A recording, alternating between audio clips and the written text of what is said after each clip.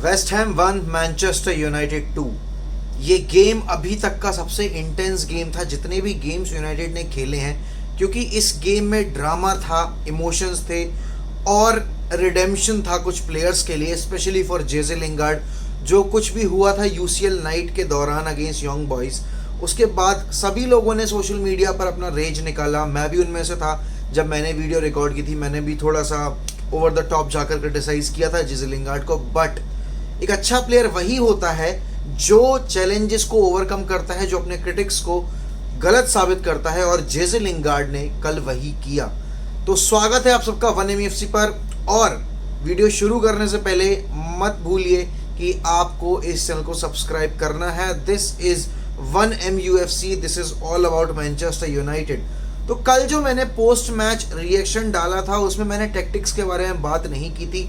मैंने बात की थी कि हम उस गेम में कहाँ तक और किस हद तक मौजूद थे, मेंटली भी और टेक्टिकली भी। बट आज मैं बात करने जा रहा हूँ उन मोमेंट्स की जहाँ हमने अच्छा परफॉर्म किया, और उन मोमेंट्स की जिसकी वजह से हमारे ऊपर प्रेशर क्रिएट हुआ।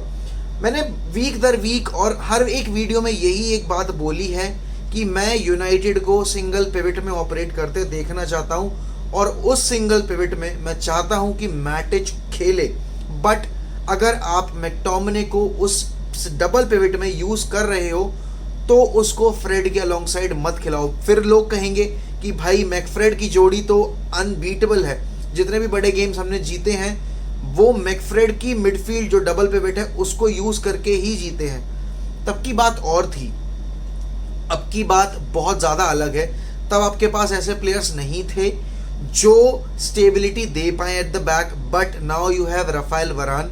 आपके पास मैटिच का एक्सपीरियंस है, और आप ये नोटिस करना कल जितने भी बार एरोन वन-बिसाका और लूक शॉ ऊपर जा रहे थे, उस टाइम में हमारा जो दो सेंटर बैक का पेयर था वो अकेला था, दैट वाज आइसोलेटेड, क्योंकि both Fred and McTominay were not filling in on regular basis as a third centre back. और हो क्या रहा था कि उस वजह से जो स्पेस था एट द विंग्स बहुत ज़्यादा क्रिएट हो रहा था, और not Fornals but Coufal, if I am not wrong, was exploiting that space. तो हमें इस चीज़ का ध्यान रखना पड़ेगा कि आप जब विद पोजीशन खेल रहे हो तो जो आपके नंबर 6 हैं वो थोड़ा सा ड्रॉप करें, क्योंकि आपने पोग्बा को लेफ्ट विंग खिलाया था। अब आप इधर देखिए कि पोग्बा एक्चुअल में है कहाँ, वो कहाँ से गेम ऑपरेट करने की कोशिश कर रहा है, और उसकी वजह सिर्फ एक है कि आपने जो डबल पिवट में 2 प्लेयर खिला रखे हैं उनका बॉल प्रोग्रेशन बहुत ख़राब है। वो विद द बॉल कुछ क्रिएट नहीं कर सकते, without the ball they come under pressure very easily. Fred ने बहुत बार पोजीशन लूज़ किया, 3 बार काउंटर की सिचुएशन प्रोड्यूस हुई फ्रेड और मैकटोमिने के गलत पास की वजह से। बट कल के गेम में अगर मुझे एक प्लेयर की तारीफ करनी पड़ेगी तो वो है डेविड डेहेया। आप मिनट 1 से लेकर 90th मिनट तक देखोगे, एक भी एरर नहीं, एक भी मिसजज्ड जंप नहीं, एक भी मिसजज्ड पास नहीं, और जितने भी फ्रॉम द बैक हम खेलने की कोशिश कर रहे थे हर एक डिलीवरी वाज एक्यूरेट। लोगों ने अभी तक क्रिटिसाइज किया डेहेया को कि डेहेया मतलब as he is not a great ball distributor, but इस सीज़न कहानी कुछ अलग है। साउथहैम्पटन के अगेंस्ट वो बहुत ज़्यादा इम्प्रूव कर चुका था। उसके बाद वूल्स वाले गेम में हमने देखा कि उसने कैसे जो डिलीवरीज थी वो अपनी डिलीवर की आगे फ्रंट 3 के लिए। Now against Newcastle he was the one जिसकी वजह से वो 3rd गोल क्रिएट हो पाया, because of his quick release, और वो जो स्पीड थी, जो वेट था बॉल पे बिल्कुल परफेक्ट था, और जो रीच थी बॉल की वो बिल्कुल परफेक्ट थी। कल भी हमें एक ऐसा ग्लिम्स देखने को मिला जहां डेहिया ने रोनाल्डो को रिलीज किया, वो टच की वजह से थोड़ा सा आउट ऑफ कंट्रोल हो गया, वो जो काउंटर बनाने की हम कोशिश कर रहे थे, but the intent was right. और कल क्रूशियल सेव्स, चाहे वो सूचक वाला सेव हो, चाहे वो आपका फोर्नेल्स वाला सेव हो, ये सारे सेव्स जो थे ये डिसाइडिंग फैक्टर रहते हैं at the end of the day match के। बट अगर मैं बात करता हूँ गेम प्लान की, तो हमने कल शुरू के 35 मिनट बहुत ही एवरेज गेम प्लान के साथ खेला हमने अपना गेम, क्योंकि टेक्टिकली हम कहीं मौजूद नहीं थे। आपको पता है कि वेस्ट हैम बहुत डीप सिट कर रही है, लेकिन आप अपना जो प्ले बना रहे हो उस प्ले को ऑपरेट करने के लिए आपने अपने विड्थ का यूज़ ही नहीं किया है। अगर आप विड्थ का यूज़ कर रहे हो तो आपके जो two centre as a number 6 खेल रहे हैं CDM प्लेयर्स, वो मिडफील्ड में आकर बॉल रिसीव नहीं कर रहे हैं। बहुत बार ऐसा हुआ कि लूक शॉ अब सपोर्ट के लिए किसी को ढूंढ रहा है कि कोई प्लेयर आके मुझे support they, between the runs लेने के लिए, बिटवीन द लाइंस रन लेने के लिए, बट ना फ्रेड वहाँ मौजूद था, ना मैकटोमिने वहाँ मौजूद था। और ये जो शार्पनेस है ना जो गेम प्ले की, ये हमारे गेम में नहीं दिखती है। ये शार्पनेस आपको दिखेगी चेल्सी में, ये शार्पनेस आपको दिखेगी सिटी में, लिवरपूल में। और यहाँ मैं ब्लेम करूँगा ओले को, क्योंकि जो भी सेटअप है, जो भी प्लेयर्स का मूवमेंट रहता है, वो ट्रेनिंग पिच से मैच में आता है। और सोल्शायर की कहीं ना कहीं कमी ये है कि वो अगर वी गो 1-0 डाउन तो फिर एकदम से सारा जो डिपेंडेंसी है वो हमारे पॉग्बा, ब्रूनो, और अभी रैशफोर्ड नहीं है, तब रैशफोर्ड पे थी, अब रोनाल्डो आ गया तो रोनाल्डो पे है। बाकी we depend on so much of individual brilliance. I am not a Ole criticiser, मैं ओले को बहुत ज़्यादा पसंद करता हूँ and I want him to be our manager for a longer run, but he can only be our manager in a longer run if he can win something this season. और आप हर गेम वीक एक ही तरह की football खेल के, जो कि बहुत नेगेटिव फुटबॉल है अगर मैं बात करूँ एक्चुअल में। अब लोग कहेंगे कि यार रोनाल्डो को 2 पेनल्टी शाउट नहीं दी गई, अवार्ड मतलब पेनल्टी अवार्ड मिलनी चाहिए थी, बट नहीं हुआ वो चीज़। उसके पीछे आप अब ये रोना नहीं मचा सकते कि अगर वो हो जाता तो गेम का जो स्कोर लाइन था वो डिफरेंट हो जाती, जो होती वो होती। बट क्या हम उस तरह से खेल रहे थे कि हमें वो 3 पॉइंट्स चाहिए ही चाहिए थे। लिंगार्ड वो सब्स्टिट्यूशन बहुत लेट हुआ, उसके बाद 2 काउंटर की सिचुएशन बनी लिंगार्ड के वजह से। ब्रूनो और लिंगार्ड का जो वन टच चल रहा था वहाँ पे बहुत देखने लायक था, बट आप पीछे बैठकर नहीं वो गेम क्रिएट कर सकते, क्योंकि लास्ट के 15 मिनट हम सिर्फ डिफेंड कर रहे थे, West Ham were all over us. और उसके बाद काउंटर की सिचुएशन बनने के बाद थोड़ा वेस्ट हैम प्रेशर में आई and what a goal from Jesse Lingard, hats off, क्योंकि आप लास्ट वीक एक ऐसा परफॉर्मेंस डिलीवर करके आए हो जहां सबने आपको क्रिटिसाइज किया, बट आज आपने वो पूरी फीलिंग्स को किनारे रखा और आपने उस होम टर्फ मतलब अपने सेकंड होम पर गोल स्कोर किया। क्योंकि पिछले आधा सीजन आप यहाँ वेस्ट हैम पे खेल कर गए थे लंदन स्टेडियम में, तो क्राउड बहुत चीयर कर रहा था एंड दे वर सिंगिंग कि he wants to come home, he wants to come home, Jesse Lingard wants to come home. Jesse Lingard is already at home. और अब देखने वाली बात ये होगी कि इस गोल के बाद ओले लिंगार्ड को किस तरह से यूज़ करता है, क्योंकि देखो एक प्लेयर के लिए बहुत ज़रूरी है रेगुलर मिनट्स मिलना, और स्पेशली अ प्लेयर लाइक जेसे लिंगार्ड जो कि इंग्लैंड के लिए इंटरनेशनल गेम्स में अच्छा परफॉर्म करके, उससे पहले last season he was one of the reason why West Ham are in the Europa League. और कल भी बहुत अच्छी परफॉर्मेंस लिंगार्ड की, राइट फ्रॉम द मिनट 1 उसने डिफरेंस क्रिएट करना शुरू किया। Now coming back to Ronaldo की देखो स्ट्राइकर इंस्टिंक्ट सब में होती है, बट कभी कभी it's good for the team जब आप अपने जो आपके साथ एज अ सेकेंड स्ट्राइकर खेल रहा है, आपका विंगर खेल रहा है, और अगर वो बेटर पोजीशन में स्कोर करने के, तो आपको उसको पास रिलीज कर देना चाहिए।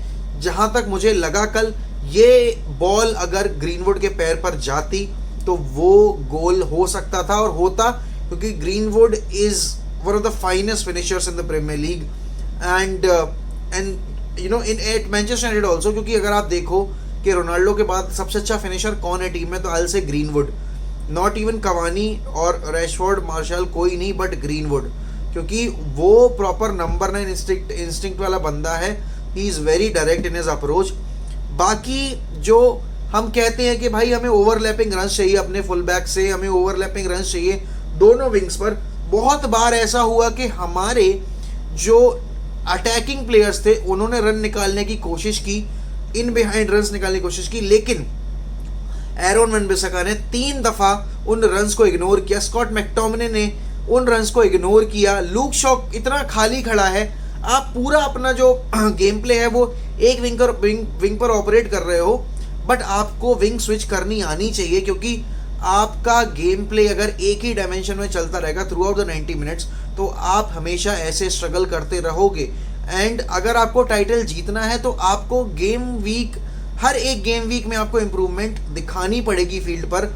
आप टीम शीट में चेंजेस मत करो, बट अपने गेम स्टाइल में चेंजेस करो। बहुत ज़्यादा ज़रूरत है अभी यूनाइटेड को वर्क करने की, क्योंकि अभी भी ये टीम उस लेवल की परफॉर्मेंस नहीं दे पा रही है जो हमें चेल्सी से देखने को मिल रही है।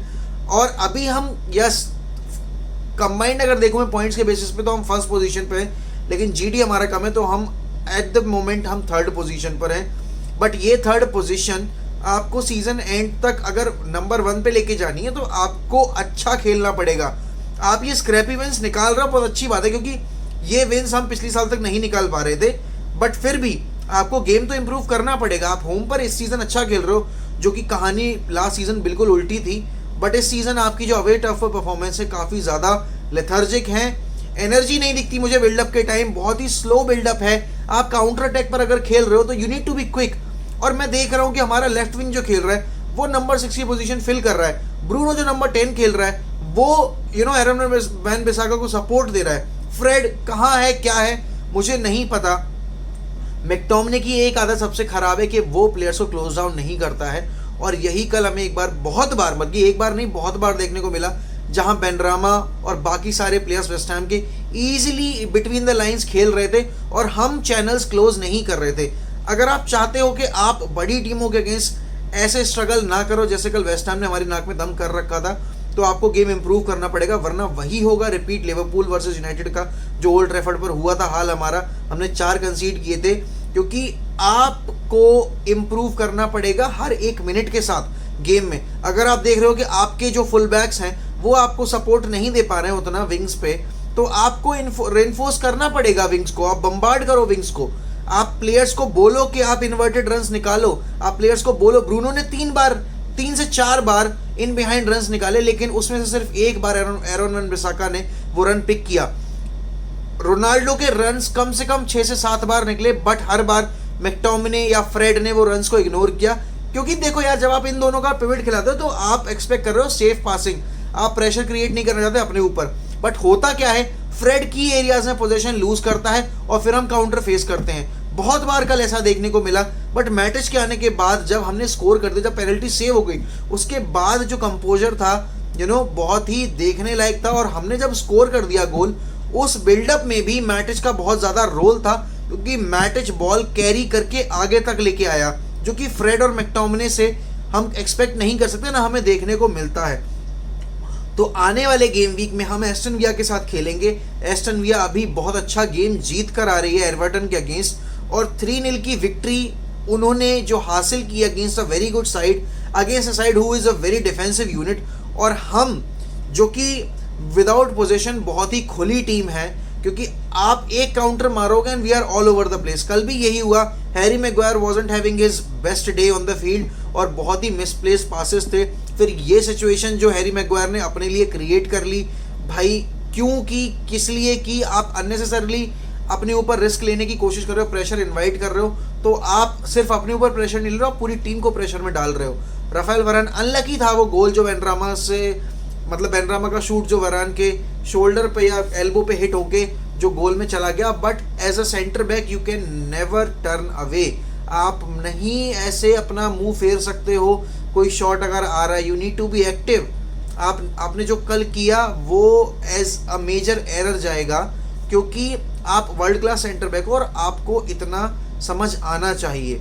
बाकी बात रही, अगर मैं परफॉर्मेंस की बात करूँ, रेटिंग्स की बात करूँ, तो I have to give 9 for David De Gea, क्योंकि भाई उस गेम में अगर हमने 3 पॉइंट अगर निकाले हैं तो वो डेविड डे गीया की वजह से है। और अगर वो 3 पॉइंट्स नहीं भी निकलते तो अगर वो 1 पॉइंट आया तो वो भी डेविड डे गीया की वजह से ही होता, क्योंकि they made 2 serious shots and David De Gea was not letting it go in. तो हमें डेविड को 9 देना बनता है। बाकी ब्रूनो और Ronaldo again what a pair, Portuguese connection working at Manchester United, things we love to see. और कल ब्रूनो और रोनाल्डो का फिर से एक बार हमें कॉम्बिनेशन देखने को मिला जो हमें यूसीएल में देखने को मिला था। Brilliant pass, intelligent run from Ronaldo. और यही है एक चीज़ जो आप जब वर्ल्ड क्लास प्लेयर को एज अ नंबर 9 खिला रहे हो तो वो अपने हाफ चांसेस खुद क्रिएट करता है। अगर मैं सोचूं कि मार्शल उसकी जगह होता तो क्या वो पॉसिबल था? नहीं होता। अगले 10 जन्म में भी मार्शल वो कर नहीं पाता जो रोनाल्डो करता है या कवानी करता है। और इवन अब तो मेसन ग्रीनवुड करने लगा है, इन बिहाइंड रन्स निकालना, ओवरलैपिंग रन्स लेना, ऐसा मतलब ये काम हम एक्सपेक्ट करते हैं कि हमारा फुल बैक आके करेगा। बट आजकल हमें मेसन ग्रीनवुड से ये चीज़ देखने को मिल रही है। बॉल रिटेंशन मेसन ग्रीनवुड का इज एक्सीलेंट, और फुटवर्क with and without, मतलब without the ball he is tracking back, he is doing everything, and with the ball at his feet he is just doing wonders. कल ये through ball जो Pogba को थी, फिर Pogba को वो पास Ronaldo को, यही चीज़ें तो है यार जो हमें एक्साइट करती हैं।